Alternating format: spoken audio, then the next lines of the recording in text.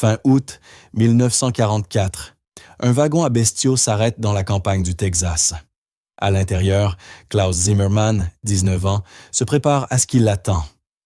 Depuis 6 semaines, depuis le débarquement en Normandie, il s'est mentalement préparé au coup, à la faim, à la torture que le Reich promettait à tout Allemand capturé par les Américains.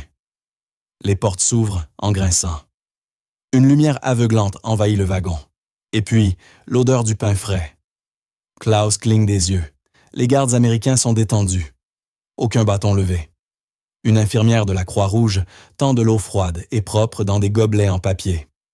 Derrière la clôture, de vrais bâtiments, des arbres, de l'herbe véritable. Ce soir-là, au dîner, on leur sert un ragoût avec de vrais morceaux de viande, du pain blanc et du vrai café. Klaus n'avait pas vu de telles portions depuis des années.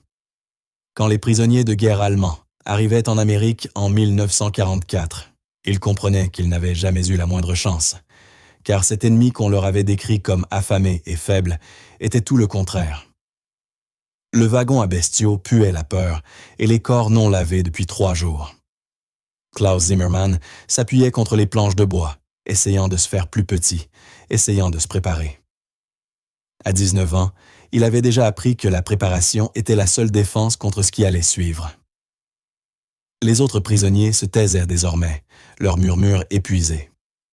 Ils avaient à passer en revue toutes les rumeurs, toutes les histoires d'horreur que le Reich leur avait racontées sur la captivité américaine. Chambres de torture, camps de famine, exécutions sommaires. Quand le train s'immobilisa enfin dans un bruit de ferraille, Klaus sentit son estomac se nouer. C'était le moment. 6 semaines depuis la Normandie, 6 semaines de camps de transit et d'incertitude, et maintenant la vraie punition allait commencer. Les portes d'acier s'ouvrirent en raclant, et la lumière du soleil le frappa comme un coup physique. Il leva la main pour protéger ses yeux, l'autre main cherchant instinctivement l'homme à côté de lui. Puis l'odeur arriva. Du pain frais qui cuisait quelque part tout près. Ce parfum était si inattendu, si impossible, que pendant un instant Klaus crut halluciner. « Raus, allez, sortez !» L'accent allemand du garde américain était épouvantable, mais son ton n'était pas cruel, presque ennuyé, routinier. Klaus descendit la rampe en trébuchant, les jambes faibles après des jours assis, et regarda autour de lui avec une confusion grandissante. Le camp s'étendait devant lui sous un immense ciel texan, de vrais bâtiments aux toits intacts, des baraquements peints en blanc propre, de l'herbe qu'on arrosait réellement. Des miradors, oui, mais les hommes qui s'y trouvaient semblaient détendus, presque somnolents dans la chaleur de la fin d'été. L'un d'eux lisait même un magazine, comme si surveiller des prisonniers allemands était aussi captivant que regarder de la peinture séchée. Un soldat américain fit signe de rejoindre une file d'attente. Klaus avança avec les autres, attendant que le piège se referme. Ça devait en être un.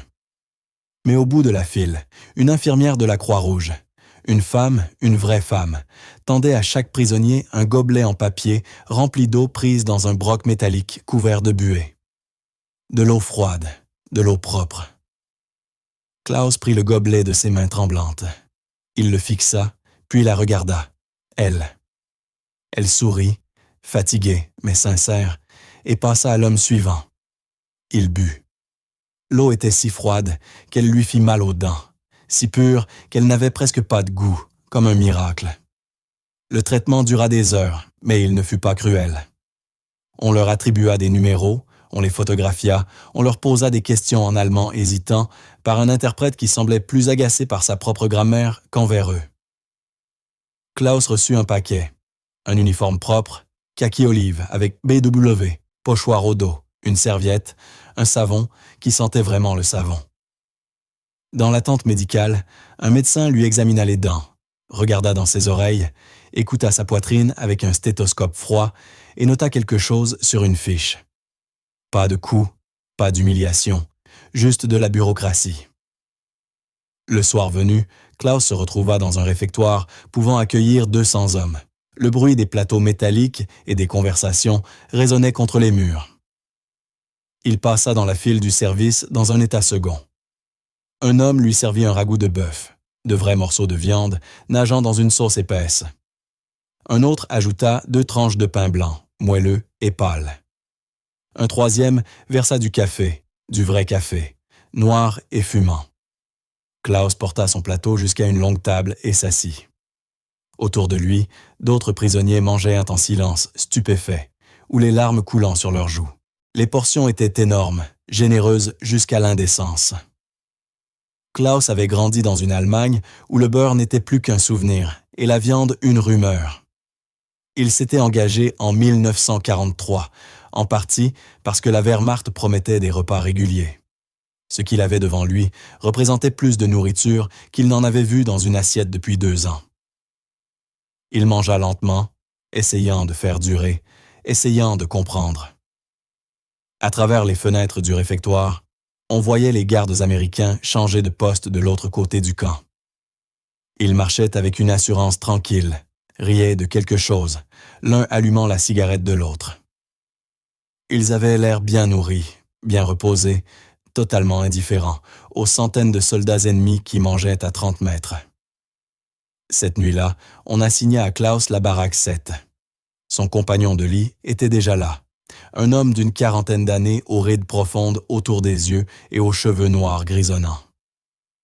Otto Bauer se présenta d'une poignée de main ferme et d'un rire qui sonnait comme du verre brisé. « Premier jour ?» demanda Otto en s'installant sur la couchette du bas. « Oui. » Klaus grimpa sur celle du haut, le corps endolori. Il attendait toujours que l'autre chaussure tombe. Il n'eut pas besoin de répondre. Otto sortit quelque chose de sous son mince matelas, un magazine froissé et interdit. Il le tendit pour que Klaus puisse voir. Un numéro de Life de 1943. La couverture montrait une chaîne de montage à Détroit, des lignes d'assemblage s'étirant à perte de vue. À l'intérieur, d'autres photos, des champs de blé jusqu'à l'horizon, des villes illuminées, des navires construits en rangées comme des jouets. « Regarde bien, petit », dit Otto à voix basse. « Voilà ce qu'on ne nous a pas montré. Voilà contre quoi on se battait vraiment. » Il lança le magazine sur la couchette de Klaus. Ils sortent un char toutes les heures dans cette usine. Un char toutes les heures. Nous, on en fabriquait peut-être 50 par mois quand j'ai été capturé. Klaus fixa les images jusqu'à ce que ses yeux brûlent. Usine intacte, champs non minés, villes entières. Quelque part dans son esprit, une petite voix murmurait ce qu'il ne pouvait pas encore dire à voix haute. Nous n'avions aucune chance, pas dès le début. Il s'allongea sur sa couchette, regardant le plafond, et sentit tout son monde commencer à se fissurer. En une semaine, la routine devint presque ordinaire. Appel du matin, petit déjeuner au réfectoire, puis affectation de travail affichée sur un tableau devant le quartier général du camp. Klaus apprit vite que les Américains étaient obsédés par les formulaires et les procédures. Tout était consigné, tout suivait le règlement. La Convention de Genève n'était pas seulement un traité ici, c'était l'Évangile. Le 8e jour, Klaus se retrouva avec 5 autres prisonniers dans la cour, pendant que le sergent Ben Kowalski vérifiait les noms sur une liste. Le sergent avait une 30aine d'années, des cheveux noirs grisonnants aux tempes et un regard qui passait à travers vous, plutôt que de vous fixer. Il portait son uniforme comme une armure, chaque bouton fermé, chaque pli impeccable. Un ruban Purple Heart ornait sa poche gauche. Klaus savait désormais ce que cela signifiait. Blessé au combat, toujours en service. Corvée de travail, dit Kowalski en anglais, puis en allemand approximatif. Travail agricole. Vous obéissez, vous êtes payé en bon. Accès à la cantine. Il désigna un camion qui attendait. Montez. Ils grimpèrent dans la benne, gardes à l'avant et à l'arrière. Quand le camion franchit les portes du camp, Klaus sentit sa poitrine se serrer. C'était la première fois qu'il sortait de l'enceinte depuis son arrivée. Le paysage texan s'étendait, plat et infini, un espace si vaste qu'il en donnait le vertige. L'Allemagne était petite, surpeuplée, chaque mètre de terre disputé depuis des siècles. Ici, on dirait un pays qui n'avait jamais connu la pénurie. Le camion tourna sur un chemin de terre et s'arrêta devant une petite ferme. La maison était modeste, peinture blanche écaillée par endroits. Mais les champs étaient soigneusement entretenus, rangés de légumes bien alignés. Une femme attendait sur le porche. Elle portait des vêtements de travail masculin, pantalon et chemise fanée, cheveux noirs retenus sous un foulard. Kowalski descendit et parla brièvement avec elle. Klaus saisit quelques mots. 6 hommes, tomates, poso toutes les heures. La femme hocha la tête, visage impassible, et s'approcha d'eux.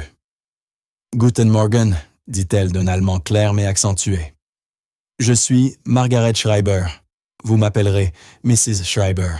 Vous êtes ici pour travailler, pas pour parler. Compris ?» Les prisonniers acquiescèrent. Klaus l'observa attentivement. Elle était plus âgée que sa mère ne l'aurait été aujourd'hui. Des rides autour des yeux témoignant du soleil et de l'inquiétude. Des mains rugueuses, capables.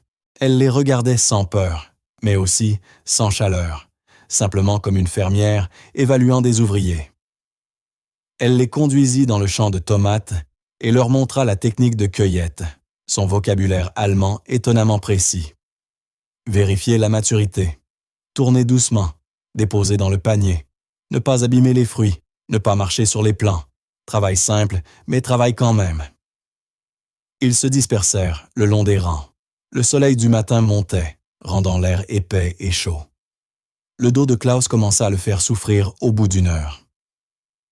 À côté de lui, Otto travaillait avec une efficacité méthodique, geste économe, fruit de l'expérience. Plus loin, les autres prisonniers travaillaient en silence, garde surveillant depuis le bord du champ. À la pause du milieu de matinée, Mrs. Schreiber apparut, avec un seau métallique et des gobelets en fer blanc, eau fraîche du puits. Elle servit chaque homme sans cérémonie, visage neutre. Quand elle arriva à Klaus, leurs regards se croisèrent un instant. Il n'y vit rien, ni haine, ni pitié, juste du pragmatisme. Il était un ouvrier. Elle avait besoin d'ouvriers, rien de plus compliqué. Elle but ensuite au même seau, assise sur les marches de son porche. À midi, elle apporta des sandwichs au fromage et à la moutarde sur pain complet, les distribua équitablement. 6 pour les prisonniers, 2 pour les gardes, 1 pour elle. Tout le monde mangeait la même chose. Klaus ne se souvenait pas de la dernière fois qu'il avait vu une telle égalité nonchalante. Le sergent Kowalski s'assit contre le camion, mangeant lentement, yeux jamais détachés des prisonniers. Mais Klaus remarqua quelque chose. La mâchoire du sergent se crispait quand Otto évoquait ses filles restées au pays. Sa main s'immobilisait quand un autre prisonnier demandait si les lettres pouvaient atteindre l'Allemagne. L'homme écoutait. Peut-être malgré lui, mais il écoutait.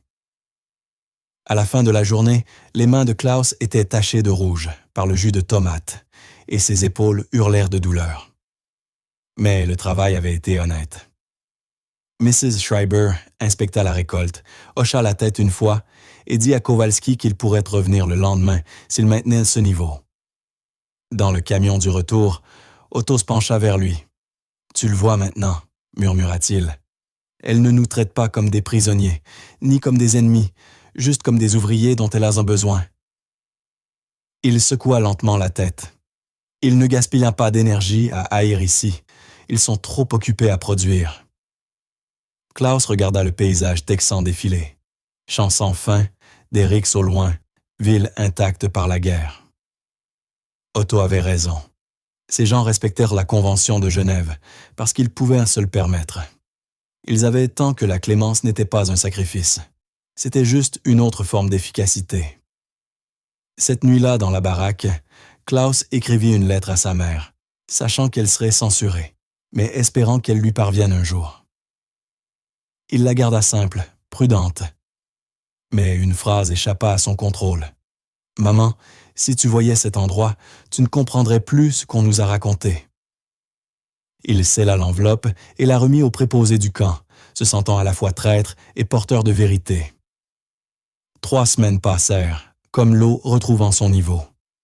La corvée devint routine, camion à l'aube, longue journée dans les champs de Maggie, retour au crépuscule.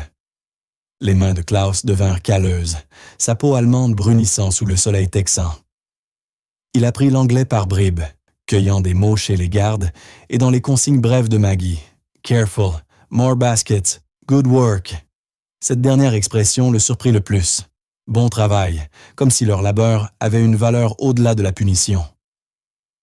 La ferme de Maggie commença à prospérer sous leurs soins attentifs. Les tomates arrivaient grosses et mûres. Les rangs de haricots étaient droits et productifs.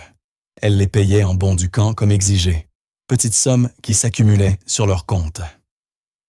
Klaus utilisa ses premiers gains pour acheter un crayon et du papier à la cantine, écrivant des lettres dont il n'était pas sûr qu'elles arrivent.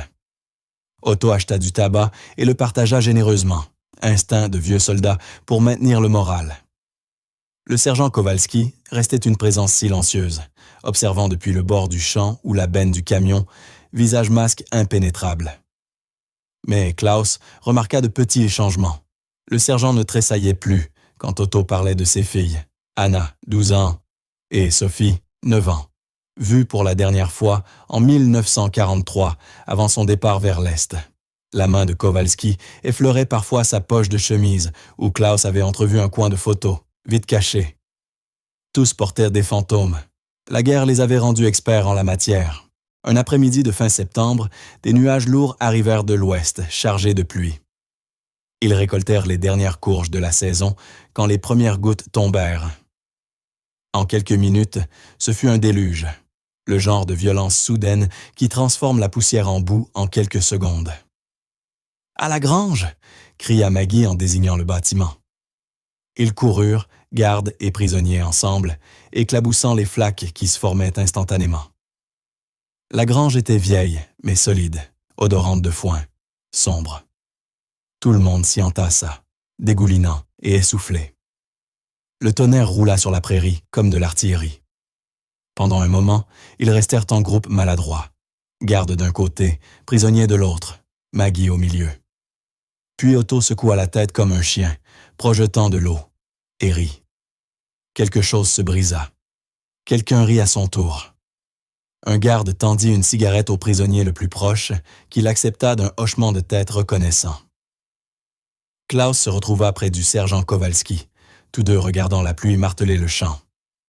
Le sergent sortit un paquet de Lucky Strike, en tapa une, puis tendit le paquet à Klaus. Celui-ci hésita, puis en prit une. Kowalski gratta une allumette, protégea la flamme de ses mains et la tint tandis que Klaus se penchait. Ils fumèrent en silence. La pluie tambourinait sur le toit. Quelqu'un au fond de la grange se mit à fredonner, inconsciemment. Klaus reconnut immédiatement la mélodie, une vieille chanson populaire que sa grand-mère chantait. Mais un garde se joignit, fredonnant la même mélodie avec des paroles différentes. Une version américaine d'une chanson allemande, ou l'inverse. La mélodie avait traversé l'océan si longtemps auparavant que personne ne se rappelait plus dans quel sens elle était partie. Otto entonna doucement les paroles allemandes. Un autre prisonnier se joignit. Puis un garde chanta la version anglaise. Paroles sur le foyer, le manque, la distance, universelle dans toutes les langues. Pendant 3 minutes, dans une grange du Texas, sous la pluie qui martelait la terre dehors, ils chantèrent ensemble, pas exactement en harmonie, mais en parallèle. La même mélodie portant des chagrins différents dans des langues différentes. Quand le chant s'estompa, le visage du sergent Kowalski avait changé. Le masque avait glissé. Klaus y vit une douleur vive et récente. Le sergent regarda vraiment Otto pour la première fois, et Klaus vit l'instant précis où le garde cessa de voir un uniforme et commença à voir un père séparé de ses enfants. Kowalski s'éclaircit la gorge. « Mon frère, dit-il en allemand hésitant, mort Omaha Beach. » Il toucha sa poitrine. « J'ai sa photo. » Otto hocha lentement la tête. « Je suis désolé, » répondit-il en anglais prudent. « La guerre prend les frères de tout le monde. » Ils restèrent là, gardes et prisonniers, ennemis et ennemis, juste 2 hommes qui comprenaient en la perte. La main de Kowalski alla à sa poche, mais n'en sortit pas la photo. Pas encore, peut-être jamais. Mais la reconnaissance resta suspendue entre eux, solide et réelle. La pluie ralentit en crachant. Maggie consulta sa montre et déclara la journée terminée. Dans le camion du retour, Klaus sentit quelque chose bouger dans sa poitrine. Il avait goûté du Coca-Cola à la cantine la veille, cette étrange fizz sucrée qui semblait définir l'Amérique. Il avait vu un western au cinéma du camp où Allemands et Américains riaient aux mêmes blagues. Il avait reçu du courrier. un avis Croix-Rouge, indiquant que sa lettre avait été transmise. Elle pourrait atteindre sa mère si elle vivait encore. Il était utile ici, valorisé, pas un héros, pas spécial, mais pas jetable non plus. Juste un ouvrier faisant un travail honnête pour un salaire honnête. Cette révélation semblait dangereuse, comme marcher sur une glace plus fine qu'elle n'en avait l'air. Otto croisa son regard et sourit, triste et entendu. « Tu t'habitues, petit ?» demanda-t-il doucement. Klaus ne répondit pas. Il ne pouvait pas, car oui, il s'habituait. Et cela l'effrayait plus que n'importe quelle torture. La lettre arriva un mardi matin début octobre. Klaus prenait son petit déjeuner quand le préposé du camp appela son nom dans le réfectoire. Enveloppe Croix-Rouge, transmise par des circuits si complexes que Klaus n'en comprenait pas le chemin. Ses mains tremblaient en l'ouvrant. L'écriture était celle de sa tante, pas de sa mère. Cela lui dit tout, avant même qu'il lise un mot. Avance soviétique, village détruit. Sa mère et ses deux sœurs, Greta 16 ans et la petite Anna seulement 11 ans, portée disparue, présumée morte. La maison rasée, tout rasé. Sa tante avait survécu seulement parce qu'elle rendait visite à des cousins 2 villages plus loin. Elle était désolée, tellement désolée. Elle espérait qu'il était en sécurité, là où les Américains l'avaient emmené. Klaus lut 3 fois. Les mots ne changeaient pas. Il plia soigneusement la lettre, la glissa dans sa poche et sortit du réfectoire. Il ne se souvint ni de la marche jusqu'à la baraque, ni de s'allonger sur sa couchette. Le monde s'était réduit à un point de douleur brûlante dans sa poitrine. Otto le trouva là, 1 heure plus tard, recroquevillé sur le côté, fixant le vide. « Klaus !» La voix de l'aîné était douce. Qu'est-ce qui s'est passé? Klaus ne pouvait parler. Il tendit la lettre. Otto la lut en silence, puis s'assit lourdement sur la couchette du bas. « Ah, petit, je suis tellement désolé. » On nous disait que les Soviétiques étaient des animaux, finit par dire Klaus, voix creuse. On nous disait que les Américains étaient des monstres. On nous disait qu'on protégeait nos familles. Il rit, un son brisé. Ma mère est morte, parce qu'on a perdu. Mais peut-être qu'elle serait morte quand même, parce qu'on a essayé de gagner. Tout ça pourquoi, Otto? Ça voulait dire quoi? Otto n'avait pas de réponse. Il n'y en avait pas. Klaus cessa d'aller à la corvée. Il refusa le petit déjeuner, refusa le dîner. Quand on vint le chercher, il tourna le visage vers le mur et récita des slogans qu'il ne croyait plus. Victoire finale, supériorité allemande, justice de leur cause. Les mots avaient le goût de cendre, mais c'était tout ce qui lui restait. Tout le système de croyances sur lequel il avait bâti sa vie s'était effondré. Les slogans étaient là des décombres, mais au moins des décombres. C'était quelque chose à quoi se raccrocher. On le transféra dans une cellule d'isolement. Pas vraiment une punition, juste une séparation. Le sergent Kowalski lui apporta ses repas 3 fois par jour, posant le plateau sans un mot.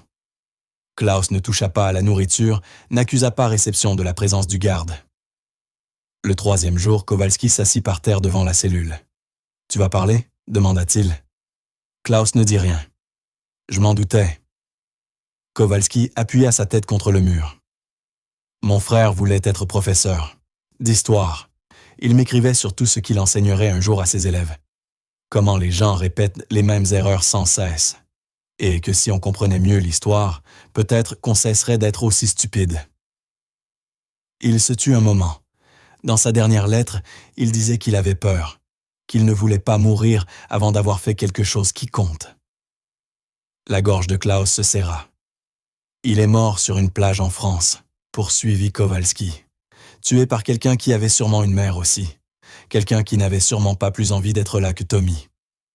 Il se leva lentement. J'ai passé 2 mois à vouloir tuer tous les Allemands que je voyais, à vouloir vous faire payer tous pour m'avoir pris mon petit frère. Il ramassa le plateau intact du petit déjeuner.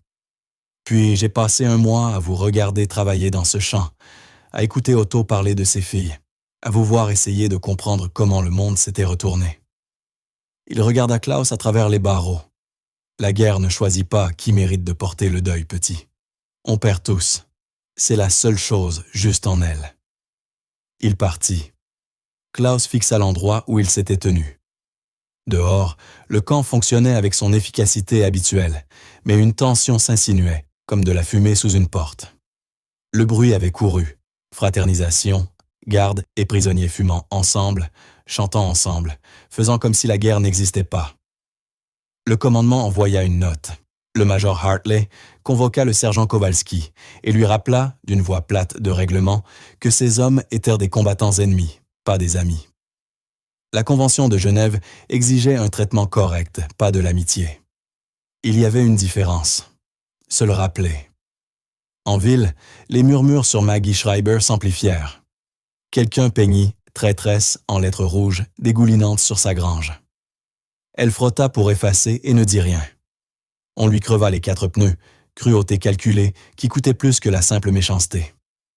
Elle les répara et acheta des pneus d'occasion avec de l'argent qu'elle n'avait pas. Puis une brique traversa la fenêtre de sa cuisine, entourée d'un mot. « Tu nourris l'ennemi pendant que nos garçons meurent. » Elle ramassa les éclats de verre de ses mains tremblantes et cloua des planches sur la fenêtre. Elle ne porta pas plainte. À qui? Au shérif dont le neveu était mort à Anzio, à l'adjoint dont le fils combattait aux Philippines. Ce dimanche-là, elle ne demanda pas de main-d'œuvre prisonnière pour la semaine suivante. Ben transmit la nouvelle à Otto et aux autres sans explication.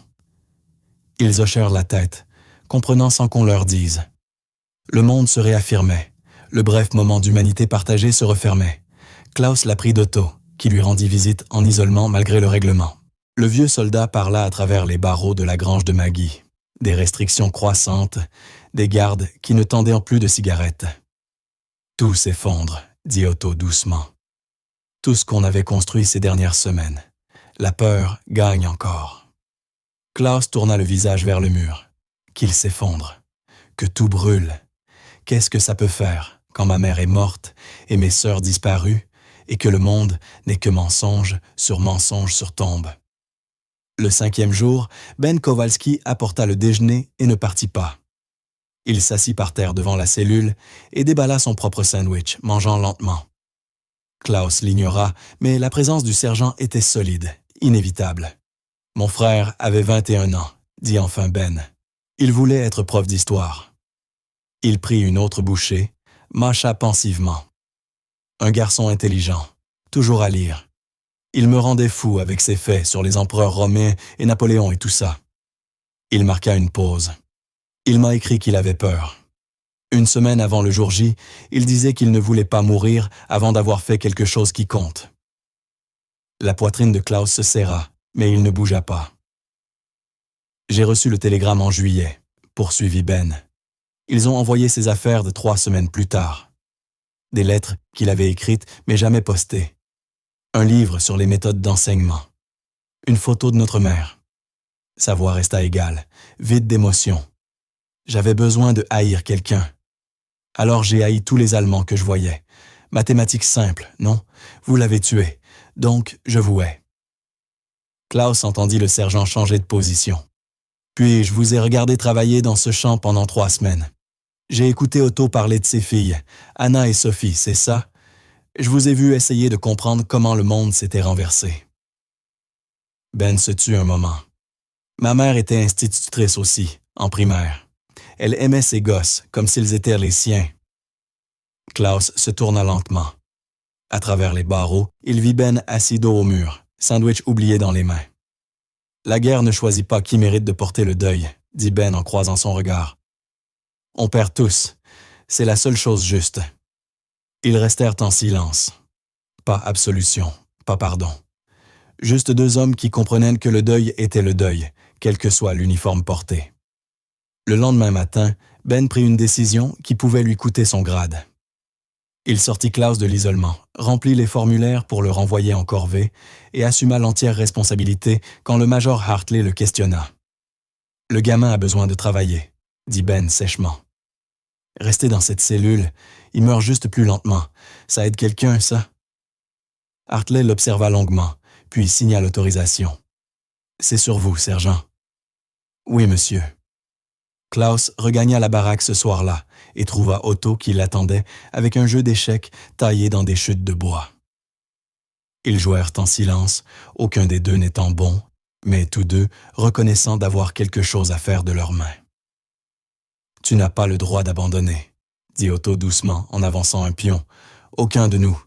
Voilà ce que veut dire vivre maintenant. On continue, c'est tout. » Pendant ce temps, quelque chose bougea en ville. Mrs. Eleanor Patterson, dans sa cuisine, regardait le plat qu'elle avait préparé pour la réunion de l'église, pensant à Maggie Schreiber, mangeant seule dans sa maison aux fenêtres barricadées. Elle pensa à son propre fils Robert, quelque part dans le Pacifique, et à comment elle voudrait qu'on montre de la bonté à sa mère si les rôles étaient inversés. Elle enveloppa le plat dans une serviette et roula jusqu'à la ferme de Maggie avant de se dégonfler. Maggie ouvrit, suspicion gravée sur chaque trait. Eleanor lui tendit le plat. « Je suis désolée pour Heinrich, » dit-elle simplement. « Et désolée pour mon silence. » Les mains de Maggie tremblèrent en prenant le plat. « Pourquoi maintenant? »« Parce que j'ai été lâche, » répondit Eleanor, « et parce que cette ville se dévore vivante de peur, et j'en ai assez. » Elle soutint le regard de Maggie. « Votre mari est mort en uniforme américain. Ça aurait dû suffire. Ça aurait toujours dû suffire. » Elle partit avant que Maggie puisse répondre. Mais en s'éloignant, elle vit Maggie sur le seuil, tenant le plat comme quelque chose de précieux. Le dimanche suivant, 2 voisines apparurent chez Maggie. Puis 3 la semaine d'après. Pas tout le monde, pas même la majorité, mais assez pour compter. La corvée reprit à la ferme de Maggie fin octobre. La saison des récoltes était presque finie, mais il restait les préparatifs d'hiver. Retourner la terre, réparer les clôtures, nettoyer les fossés. Ben ramena la même équipe, Klaus, Otto et 4 autres. Maggie les accueillit à la grille. Elle paraissait plus vieille, usée par des semaines d'isolement, mais le dos droit. « Bienvenue », dit-elle en allemand, et ces simples mots portaient un poids. Ils travaillèrent toute la matinée, dans un silence prudent, retrouvant leur rythme. À midi, Maggie apporta des sandwichs comme avant, distribués également. Mais cette fois, elle apporta autre chose. Un gâteau au chocolat, vrai sucre. Klaus vit les timbres de rationnement que cela avait dû coûter. « Mon mari l'aurait voulu », dit Maggie en coupant des parts précises. Heinrich croyait que les gens sont juste des gens, que l'uniforme ne change pas ce qu'il y a dessous. Elle tendit la première part à Klaus. Il avait raison. Klaus prit l'assiette de ses mains tremblantes. Le gâteau était riche, sucré, parfait. Il avait le goût des gâteaux de sa mère, de tous les anniversaires et matins de Noël qu'il avait connus. Les larmes vinrent avant qu'il puisse les retenir, coulant sur ses joues pendant qu'il mâchait. Otto dit ce qu'ils pensaient tous. « Nous n'avions aucune chance. Pas parce que vos soldats étaient en meilleurs. Parce que vous n'avez jamais cessé de nous voir comme des êtres humains. Même quand nous l'avions oublié. » Ils mangèrent en silence, gardes et prisonniers, et une veuve qui avait tout perdu, sauf elle-même. Le gâteau disparut, partagé équitablement, et pendant un moment, la guerre sembla très loin.